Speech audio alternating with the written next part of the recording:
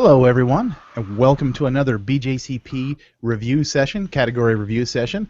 I'm Matt Miller with Craft Beer Nation, and we are going to talk with David Hausman, our favorite judge. I keep saying our favorite judge. He kind of is our favorite judge, I guess. But now Annie's here. I can't call him just our favorite. But we've got Annie Johnson and Dave Hausman with us, and we're going to talk about the Category 11, the English Brown Ales style.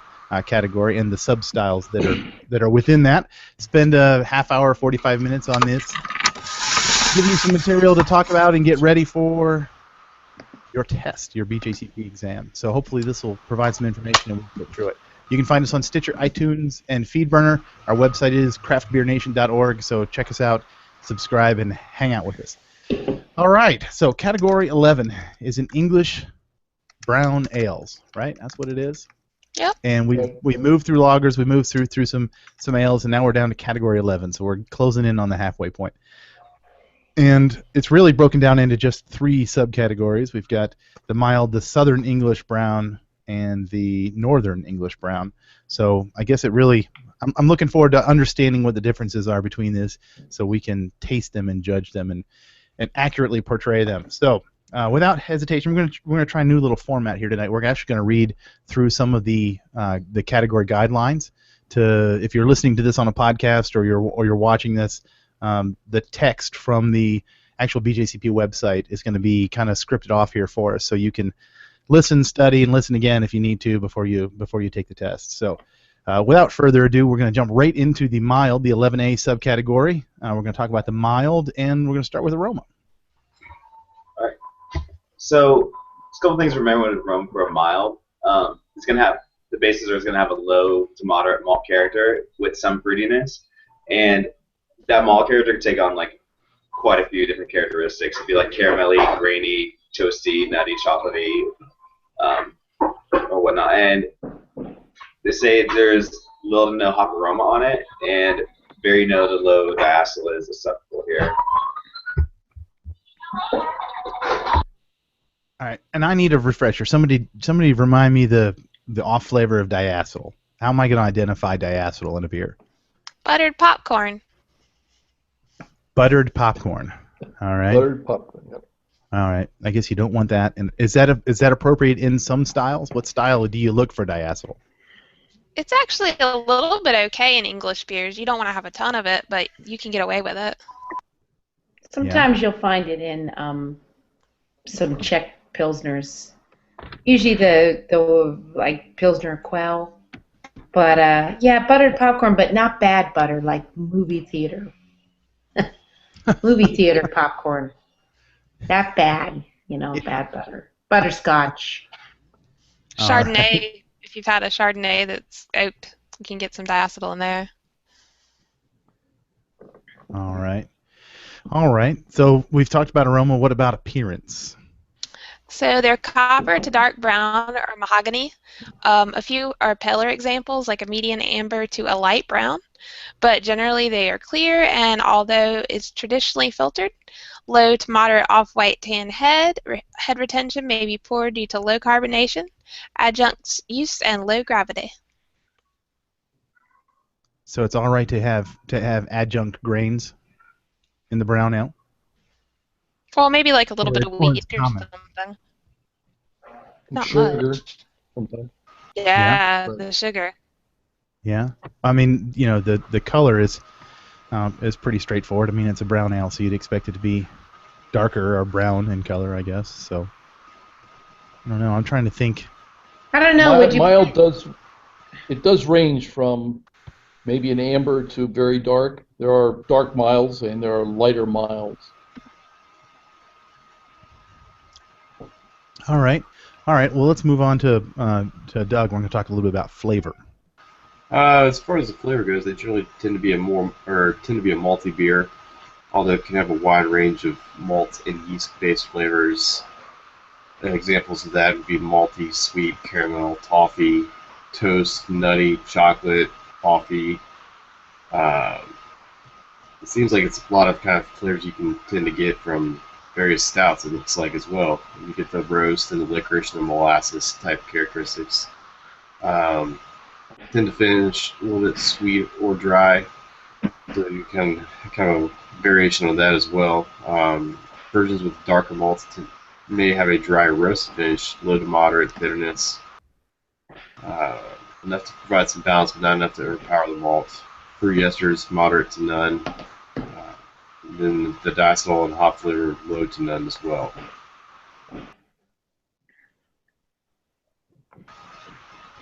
All right, so there we are with the flavor.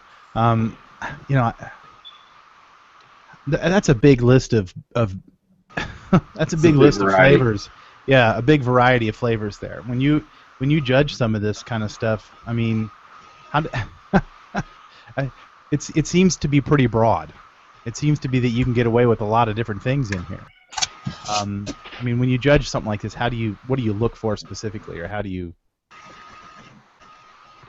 So it probably helps if you've ever had one. You know, if you've been to the UK and had a mild in a pub, that really does help. They are a session beer, so they're going to be fairly light in alcohol. You know, it could go as low as maybe 1030, 1032 in gravity, which means you're going to have something like, 3% alcohol or maybe a little more at the low end. So they're very light beers, but for that, something that's that much a session beer, they're full of flavor. You know, there is malt. There is enough hops to balance. It's not all sweet malt. There is enough hops to balance that.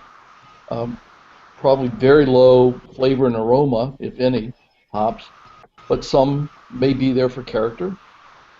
So if you think about, maybe if you made a porter and you took the second runnings from that and made a small beer, you'd probably be fairly close to what a mild would be. Interesting. I wonder, Gil, is that going to translate in the mouthfeel? Well, when I think about brown ales, I think Samuel Smith. But the mouthfeel here, according to BJCP, it's going to be a light to medium body, generally low to medium, low carbonation. Going to have a roast-based version, may have light astringency. Sweeter version may seem to have a rather full mouthfeel for the gravity. So I wonder if there's a lot of versions, and it can be light to medium to full. So there's a lot to think about just on mouthfeel there when you're judging. Yeah, and I guess what it's saying there is a sweeter version may seem to have a rather full mouthfeel. So the malt can translate into a mouthfeel, right?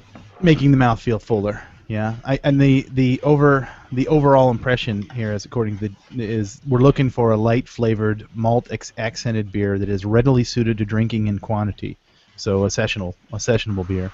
Refreshing yet flavorful. Some versions may seem like lower gravity brown porters, which is just exactly how David described it as we were talking earlier. So I think that kind of sets the tone of what you're looking for here.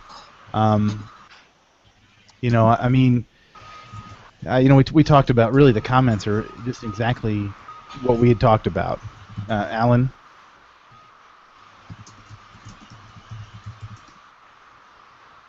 Hello? Okay, sorry. You were muted, yeah. Yeah. So, I mean, David pretty much went over it a minute ago. Like he said they're mostly like a low gravity session beer. Typically, it says they range from 3.1 to 3.8%, but some could be like higher than 4. I guess it depends if it's like an export version or festival or seasonal or just like any other special occasions going on. Generally, they're served on cask, and I guess they say the reason to add is that session strength bottle versions don't travel too well. And again, like we were talking about, you were saying earlier, Matt, it seems like there's a lot of different interpretations that can happen, and what kind of comes out from there too. Yeah. So I mean, that really, it seems like we're spending a lot of time on this. It seems like we're moving through this in such great detail, but it's a brown ale, right? It's a mild sessional ale. that's going to be low hop in the aroma and the flavor. Medium bodied mouthfeel. I mean, I guess the summary here is really just everything you would expect from that, and it all comes back to if you're going to judge a beer like this, I guess you have to drink some commercial examples. You have to drink them to know what you're looking for.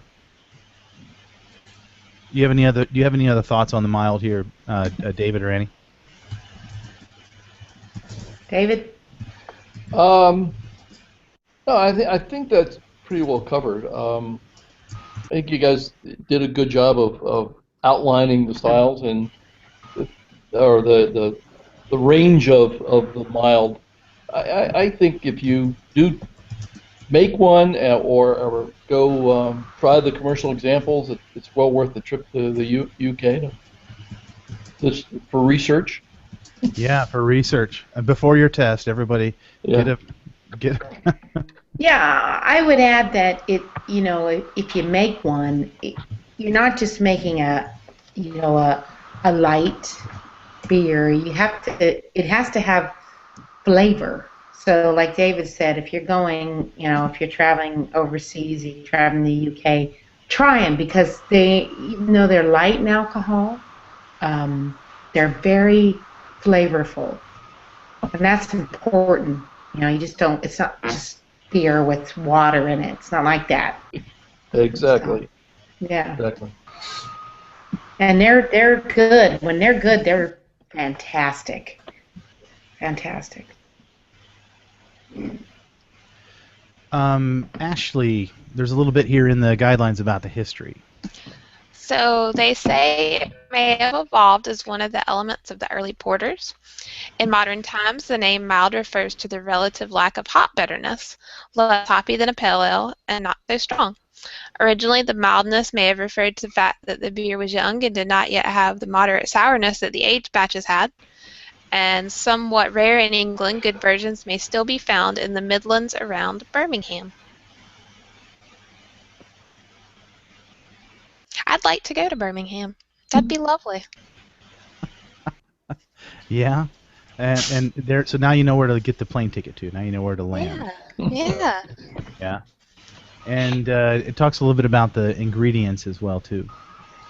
It looks like they generally are made with pale English base malts, and crystal and darker malts should comprise the rest of the grist. Some use sugar adjuncts. Mostly English hop varieties would be most suitable, though their character is muted. And a characterful English ale yeast. And what are the numbers, Gil? Well, so you're gonna have the origin of gravity between 1033 to 1042. IBUs range to 12 to 20. I need to get it. SRM 19 to 35. Which is a good range. It's more like a light on the lighter brown side, right, rather than the dark. ABV is going to be from 2.8 to 4.1%, which is an awesome amount of. Yeah, I think you're looking at the southern. Oh, that's the southern one. Gil. Sorry, I got by surprise. But so going back to the right thing, or the original gravity is 1.030 to 1.038, and then the IBU is going to be 10 to 25, and then the SRM is going to be 12 to 25. So final gravity 1.008 to 1.013, and then the ABV can range anything between 2.8 to 4.5%.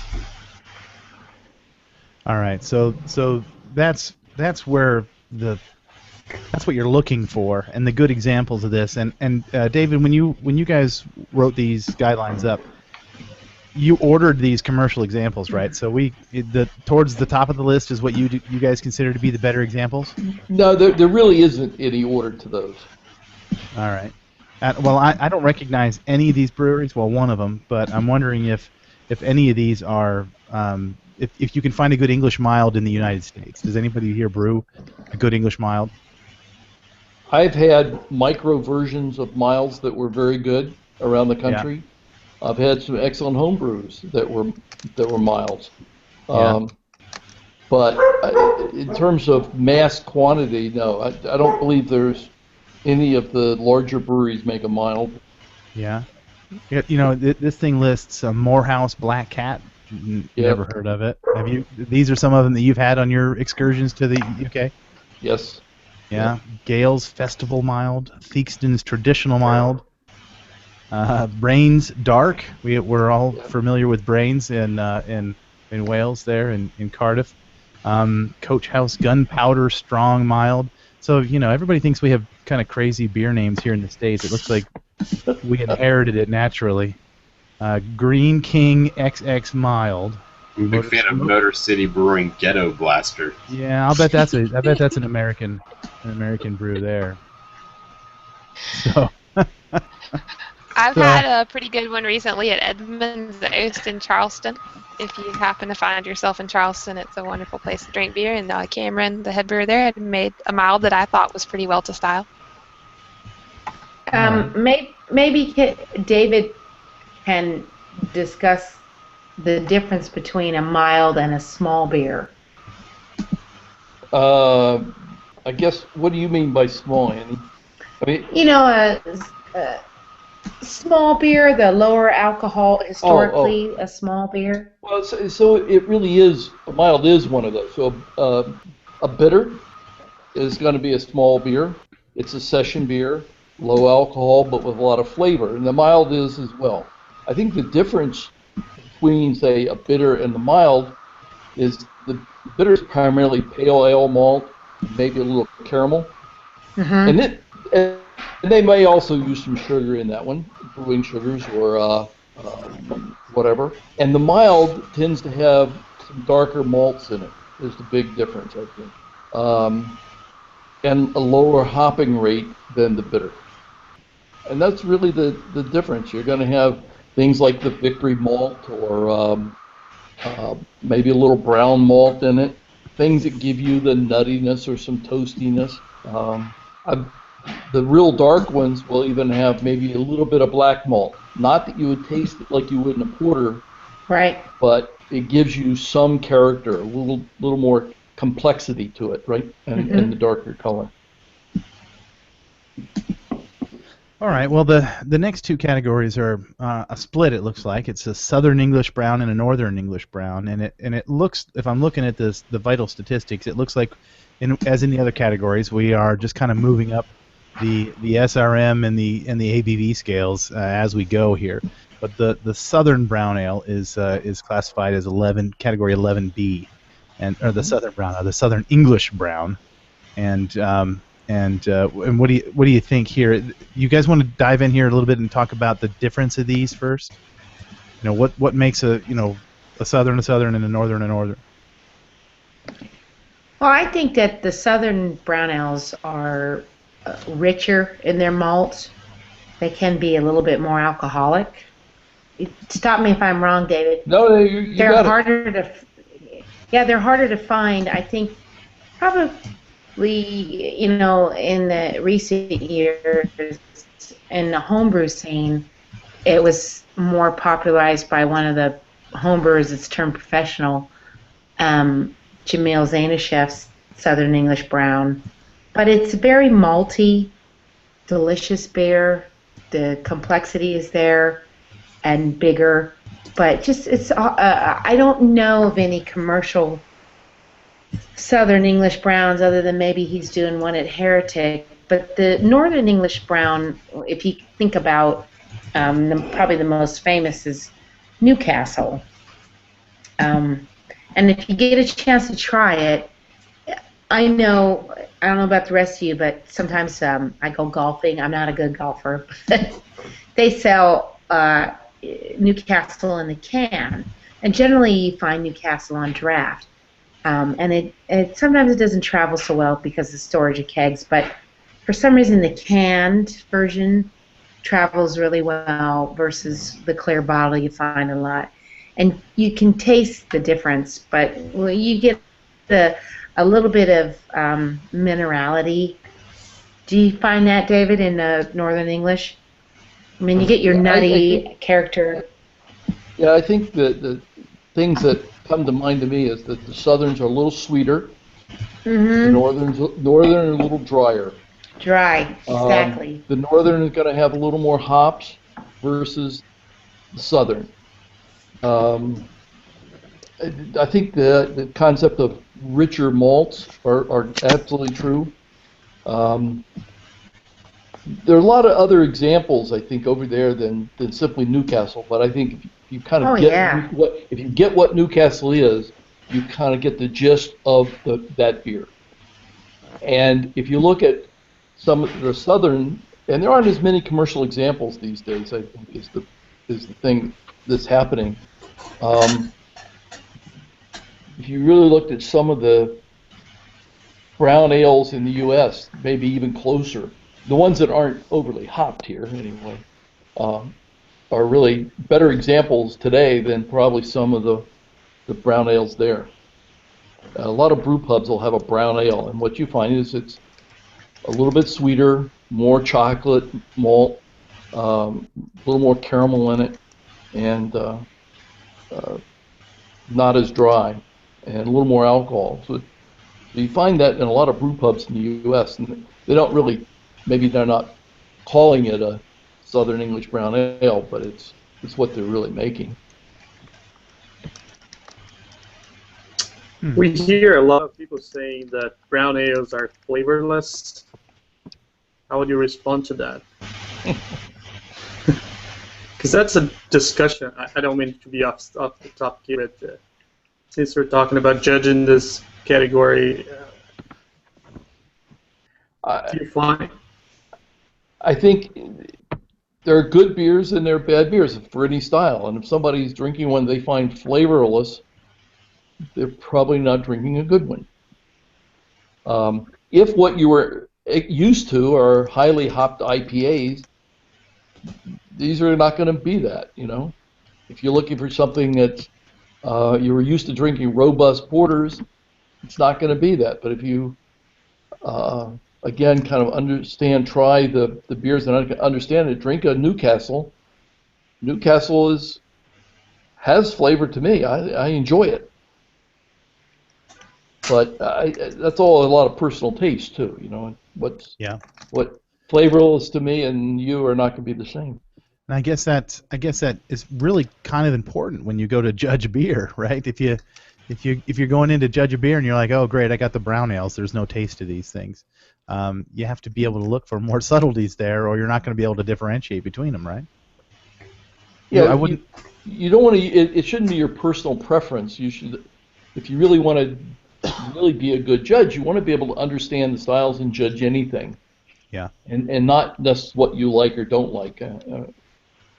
If anything, I would prefer maybe not to judge something like an IPA flight where they're all highly hopped beers. There's not a lot of differences, whereas you get something like a brown ale category, at least there's 3 different styles there that you may get a chance to judge.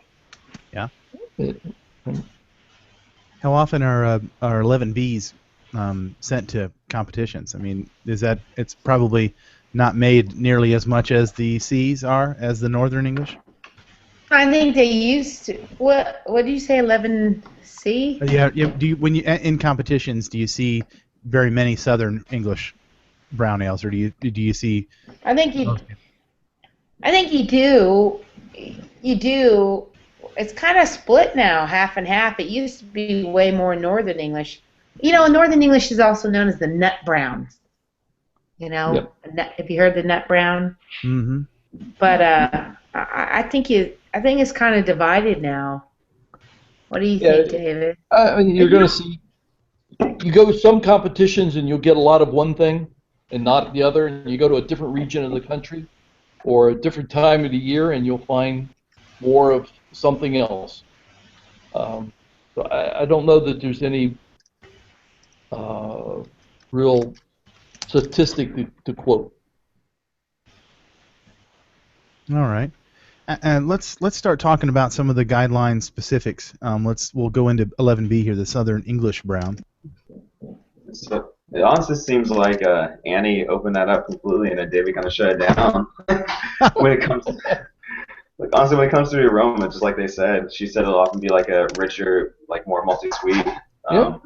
Get the caramel toffee like aroma. You're gonna have, I guess you can have some like fruitiness to it, like moderate fruitiness, be dark fruit like raisins, plums, or whatnot.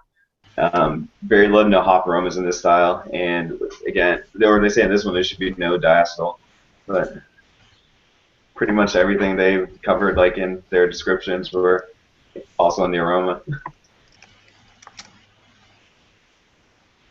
It is good to hear it though. It is good to read these things. I guess when you guys start preparing for a test, do you have to Ashley and Alan, this one's for you, I guess.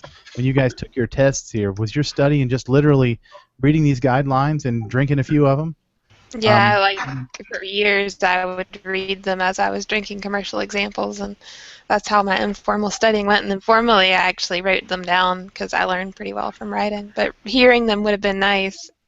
That would have been great. So you pencil copied these things, though? You wrote them out because that's how you lock things into your brain? That's right. I went through and I made a whole bunch of like note cards originally, and kind of broke the categories into different styles and try to go like this week. Like let's say this week we're doing brown ale, so I'd go to the store, find a whole bunch of brown ales, try to find ones that were on the list, but sometimes you couldn't. Like Southern Angus Brown, I didn't find any of them. But try to find something, and then I would write a score sheet for it or read the guidelines when I was drinking it or something like that, and then later on, like as I got closer and closer to this test date, I would kind of like I would still use the guidelines if I needed it, but I would try to do it from memory, then like look back on it to see how close I thought I was to it. All right. I guess that's all study tactics, or all study the ways we study. I certainly don't learn from writing. I need to read it and then talk about it and then taste it. So a study partner would definitely help me for sure. Ashley, let's talk about the appearance of the Southern English Brown. Well, they can be anywhere from light to dark brown, and they can be almost black, nearly opaque, although should be relatively clear if visible, low to moderate off-white tan head.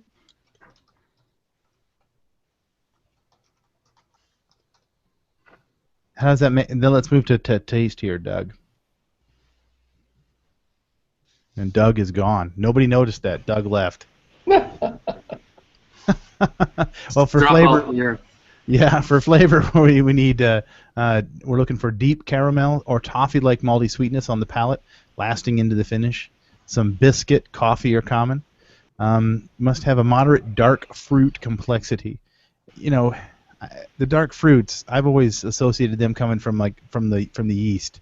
Like I picture dark fruits like a Rochefort, or a big Belgian triple or something. But low hop bitterness, hop flavor is low due to non-existent, low to non-existent. Little or no perceivable roasty or bitter black malt flavor.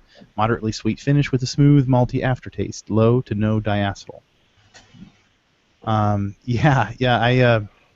I guess we don't talk much about yeast here. Are there specific yeast strains that you use to get these flavors to come through?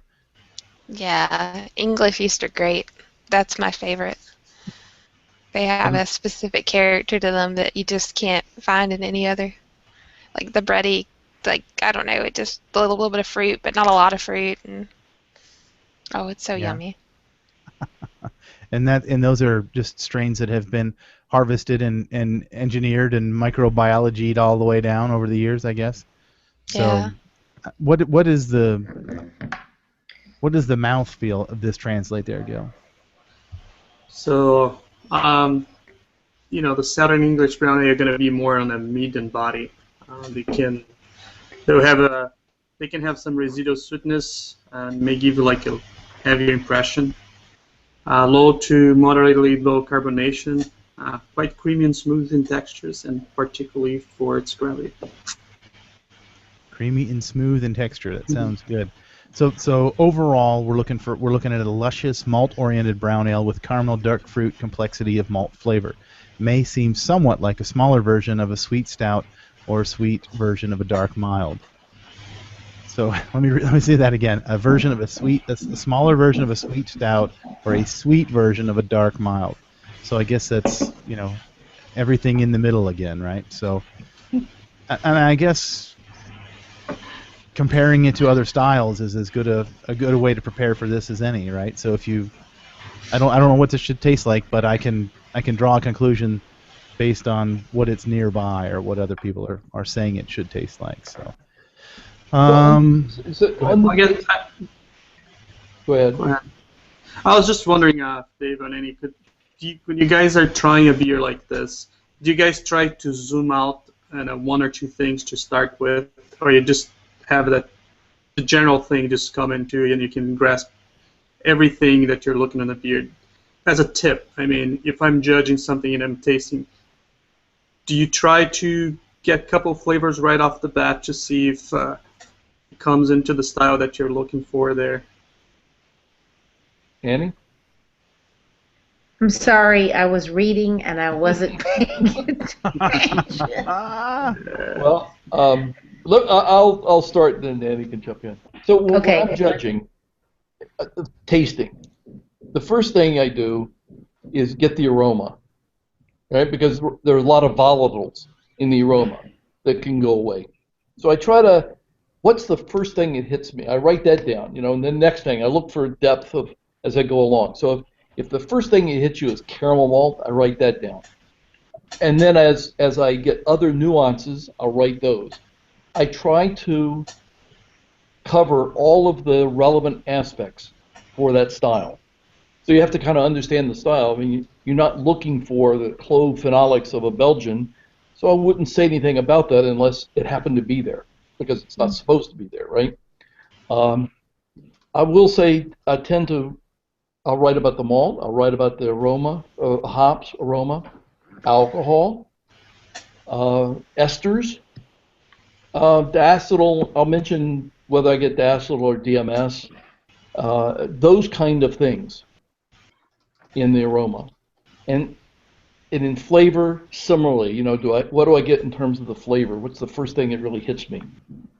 And then the next, and the next, and the next. And there may be fine nuances towards the end, like, do I really taste alcohol here? Is it alcoholic or not? Am I getting any off flavors? What might they be? And then, so I'm writing down what I observe, and I may put other comments along with that in terms of whether that's good for the style. It's very, it's a wonderful appearance or beautiful beer, bright, crisp aroma. It's really fresh. So you might add some of those kind of subjective comments that are appropriate for style or not. And then I guess my question is more like, so you don't go look for things. You just let the beer talk to you. Then you just don't go with your mind. I'm gonna look if that is in there or not. Right. And then the comments section or the overall impression is where you may write more things about whether something is really appropriate for the style or not. It's like, this beer is just a little too big. It was a really nice beer. It's supposed to be a mild, but yet you're getting alcohol in this beer. Well, it's too big for the style, kind of thing. And you put that there. And you provide some feedback in terms of how they can correct that. Cut down on the malt bill a little bit, for instance. I'm looking at the comments on that people are typing in, and I think if you go into taking your exam automatically looking for faults in the beers, and you have no idea how the beers are going to come out to you, if you go in with a negative, tone, I don't think that's good. Stay positive, and when you are taking the exam, even though these are exam beers, think of them as somebody's beer that they put in that they want to have judged by you, who's trained, and think about it more personally, that this is somebody's, maybe only gets one day off on a Saturday. Or, I mean, one day off a month, and their Saturday and they devote it to brewing. So it's very personal. So that's what I try to do when I'm judging exams, doing exam grading. I look for that, for the feedback. Be positive. You can describe something and be positive, and also give constructive criticism, but always stay positive. I hope that help. You can just apply that to every beer style. Just stay positive. Did I kind of go off topic? Annie, Zing. do you judge exams, or do you administer exams as well too? I do some exam grading. I've done probably a half a dozen sets in the last few years. Yeah. And that's what you are looking for as well then too. That's something you notice if you've got a score sheet here, and they've got the scores right, or they see the same things you do, but they're kicking the guy instead of saying, well, you got this right, but maybe you could move a little bit. Right, because you have to think about the entrant is that you're looking for feedback to help you become a better brewer. So telling someone that if you're doing a brown ale and you're missing some of that nutty character, that biscuity aroma, and there may be an off flavor there. It might be, sulfitic or on that, along those lines. Use that descriptive terminology. Don't say baby diaper or something that's offensive, unless you've been eating a lot of baby diaper, or you know what I mean. There are if in your exam taking, try to use good descriptive terminology when talking about a beer. So that's going to involve, which a good thing is, going to involve a lot of going out and drinking other beers. So when you go out for the evening with friends or whatever, you go to a microbrewery, or if you go to the store and you buy something you really want to try, take a few notes, but describe it one way and then try to describe it a couple of other ways, and use good descriptive, helpful terminology, good words that you can use. It's not just a floral. Maybe you can describe, is it more rose-like, or maybe it's lilac, or it's some other kind of descriptor that you can use. I know, David, maybe you can, it's not just learning the styles, it's learning how to describe all of what you're smelling, seeing, and tasting, and giving that good feedback. And then your overall impression is your idea of, if you don't know exactly if the beer went wrong, where it went wrong, but you can decipher, maybe this is it. And then tie that into the technical part of the brewing. Maybe the fermentation was too high, and that's why you're getting the diacetyl, the butterscotch, the movie theater popcorn. That's what you're going for when you do exams and when you're judging beers. But you're always staying positive. Always. So ends the Annie Johnson speech of the night. Yeah, uplifting. So I think if when you read a score sheet, whether it be one from proctors wrote an exam, or the examinee wrote, or one that's from an actual competition, if you can read that, and in your mind's eye you can taste that beer, you can smell that beer, you have, the person has done a good job in describing what they sensed and what they perceived. And so, if, as Annie said, it's not just it's malty. Was it caramelly malty, bready malty, toasty malty? Is it high, low, medium malt? Or it's not hoppy, but is it high, low, or medium hop aroma, flavor, bitterness? Is it floral, piney, woody? citrus, mango, lots of descriptors. So when I grade, I'm kind of looking at the holistic view of things. You know, it's like I can tell how somebody does, how it compares to other masters, national, certified, or whatever. Now, recently, in the grader training, they've actually introduced more objective metrics.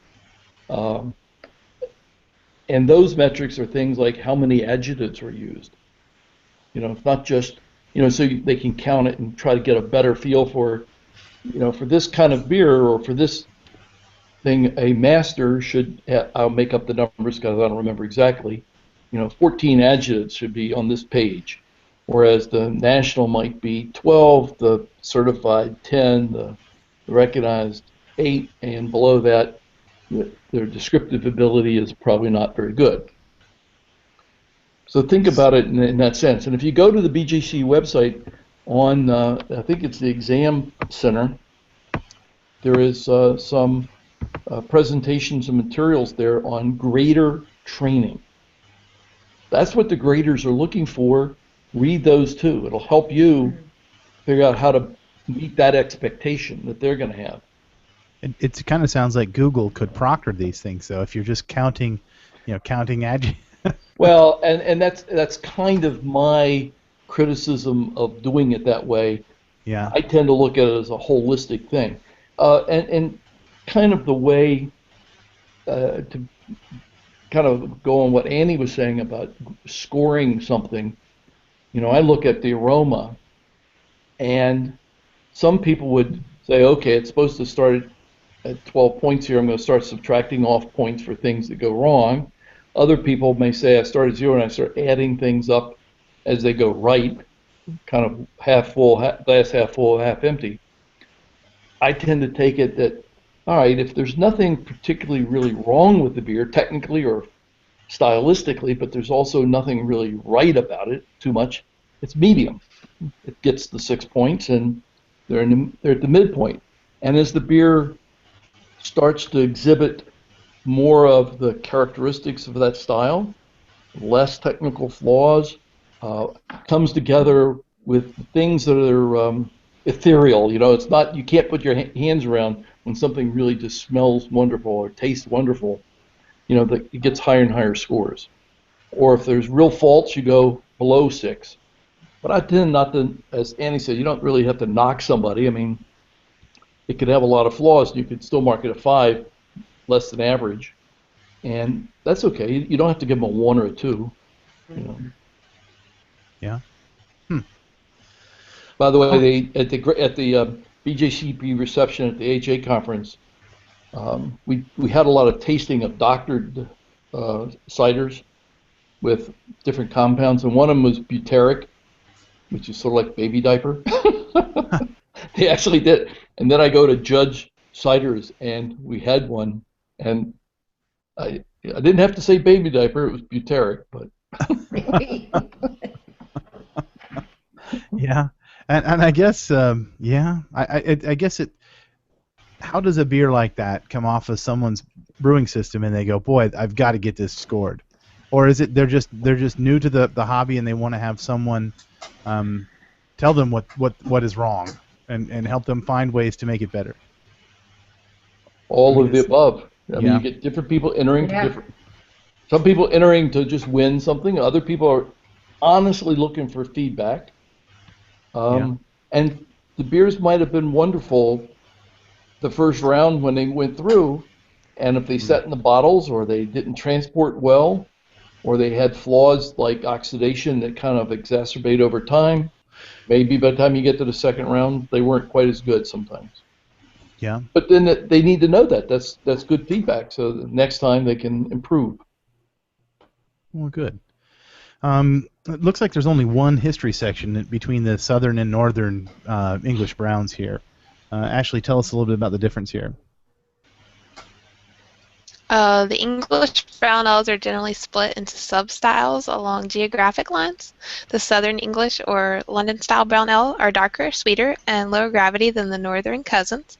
Developed as a bottled product in the early 20th century out of the reaction against Venous fatted porters and often unpalatable milds, well suited to London's water supply. What is a vinous vatted porter? That's a good question. Well, if you put these things, the original London porters were in large wooden vats. Some of them like to the modern swimming pools. Yeah. And wood has things that grow in the wood. And these things would have bugs, a lot of bugs at the time. Nobody really understood microbiology. And so they changed character probably quite a bit from when they were first brewed to by the time they drank the end of it. And as bugs would have, they eat up stuff. So the vinous character is kind of wine-like, means they get kind of thin. And they also start to go off with all kinds of bugs, like Brettanomyces, gives you a little horsiness, or sour character. So probably by the end, these things are a lot thinner and a lot funkier. So there was a whole sub-style of English lambics that we haven't even explored yet. There you go. Yeah, the lambic porter. And that was the people could order, a new porter or a combination of a mix of old and new. So they'd blend them just to make it more palatable? Yeah. They would blend them to taste, right? At the barkeep would do that. Yep. Yeah. Well, these are English. Go ahead, Annie. Oh no, I was gonna. If you like English ales, I do. There's one in particular historically that was blended. Is an old ale, is Old Suffolk, and that's, I don't know if it is still, but supposedly it's still a 2-year-old beer in the wooden vat that's blended with fresh beer, and you get a very distinct flavor. And of course that one's in wood, so you get some of the oak. But yeah, beers have changed. Yeah. Now, we talk about these blendings and this kind of stuff, and they would blend them. In those days, how did they move beer? They moved it in barrels to the pubs. So they would blend these things as they filled the barrels, or would they blend them? They'd take 2 barrels, one old, one new, to the pumps, and then the bartender, the keep would pull them. Usually the keep would pull it that way. So they deliver a barrel to the pub. Some got used right away. Others may sit in the cellar for however long, as they aged. A lot of the aging process took place at the pub or at that site. All right. The ingredients that go into the southern style here are English pale ale malt as a base with healthy proportion of darker caramel malts and often some roasted black malt and wheat malt. Moderate to high carbonate water would appropriately balance the dark malty acidity. English hop varieties are most authentic, though with a low flavor and bitterness, almost any type can be used. The commercial examples really here are just Mann's Brown Ale and Harvey's Nut Brown Ale. And this might be the best name of a beer ever, Woodford's Norfolk Nog. So that sounds tempting and pleasing just for the nog in there. So so that kind of wraps up the guidelines as they go for the southern. Now the northern English brown ale is the most common, and I guess that's for a variety of reasons. But let's kind of burn through the descriptions here from the style right away, Ashley. Oh, the appearance is dark amber to reddish brown in color and clear, a low to moderate off-white and a light tan head. And the aroma. Yeah, sorry, jumped past Alan. Alan, go first. It's all good.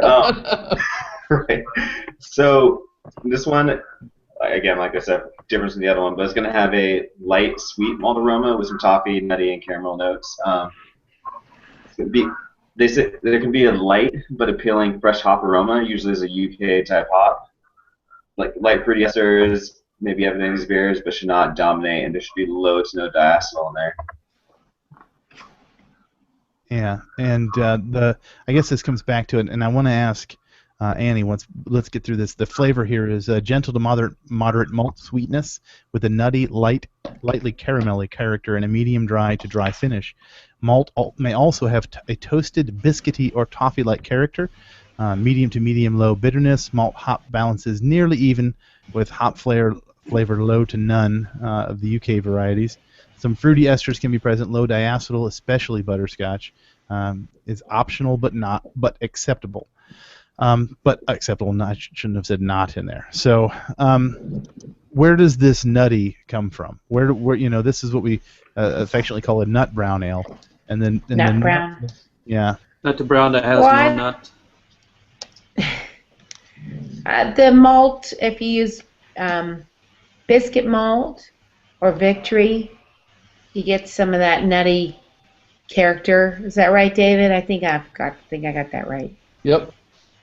Yeah, that's where you get that nut from, and a dry English ale yeast works really well with this. Mm-hmm.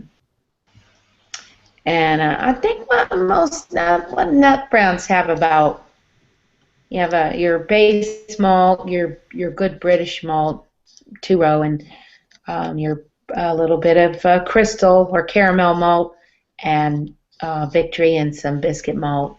I don't know if you throw in a handful of brown, maybe.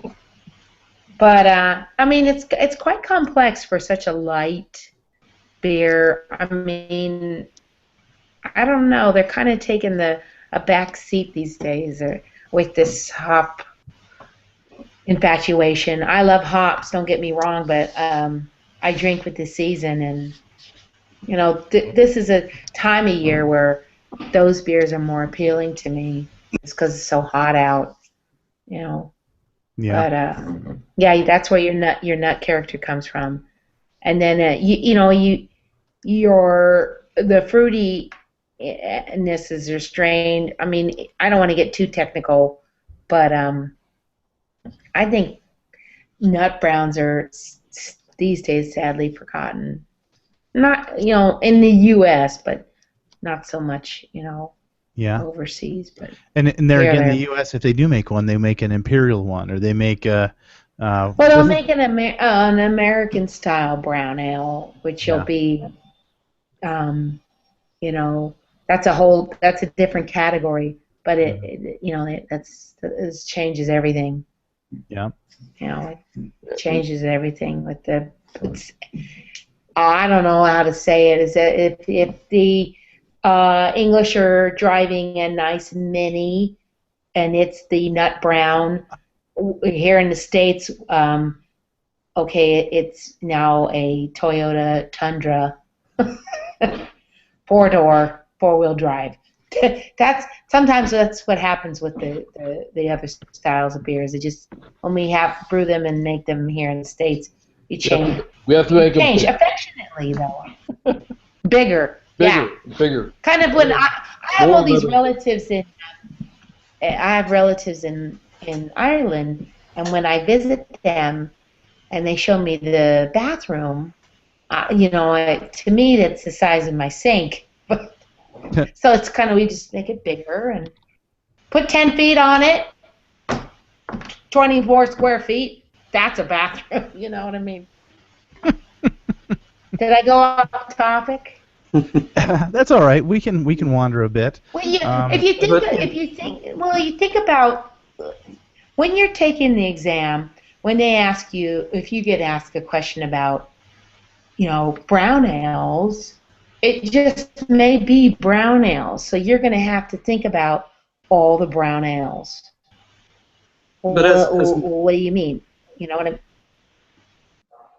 But as Matthew said, this is a more, as Matthew said before, there's a more common style here in the West. You can get it imported, or some American brewers that do. I think we have more chances to experiment nutty brown or a northern style ales than you have the other styles, right? I apparently really like this style because I've had almost all those commercial examples that Gil's going to read here. I love them, and I think they're more popular as you head east than they are west. Well, they have like we talked about Newcastle before and Samuel Smith nut brown ale, but there's other here. Rig Welter Yorkshire Ale. Drugs right by my house here has a Rugged Trail Ale. Ale Smith.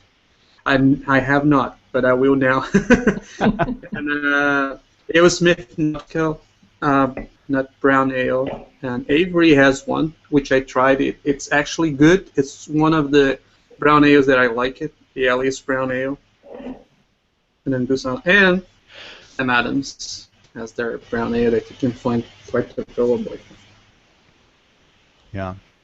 Well, that is, I guess. So there are some examples of Americans making an English a brown ale. So, and I guess I think you notice there they're not actually calling them all. They're just brown ales. Yeah. Yeah. But that's really what they're making. That's right. All right. What kind of final thoughts have we got here? We're at an hour here now. What kind of final thoughts do you have, David, about any of this kind of stuff? This category in particular. Well, you certainly got to try them to know them. So anybody try to get a hold of as many of these as you can.